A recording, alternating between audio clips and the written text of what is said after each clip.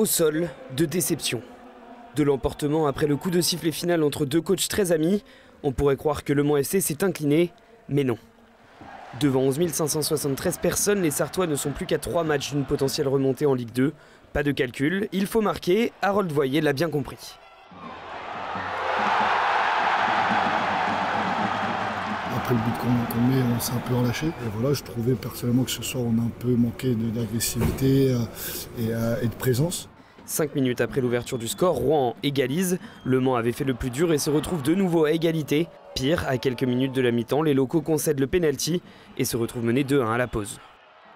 Tandis que les Normands gagnent du temps, ce sont les supporters qui tentent de donner le supplément d'âme.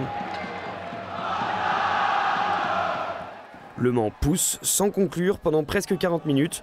Dans les rangs adverses, l'ancien défenseur du club, Paul Lehoux, retrouve ses anciens coéquipiers. Hey, tu crois quand même pas qu'on est classé gagné, frère? Le trajet jusqu'au stade a été particulier pour moi. J'avais à tâche de bien figurer dans ce match.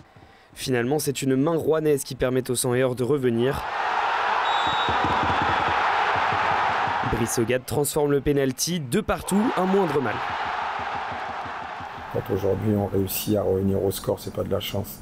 C'est qu'aujourd'hui ils ont beaucoup de caractère et ils ont un état d'esprit incroyable, donc on doit pouvoir s'appuyer sur ça. Aujourd'hui on gratte un point, on voit que les résultats nous sont favorables, donc voilà, il nous reste 2 matchs, on a notre destin entre nos mains.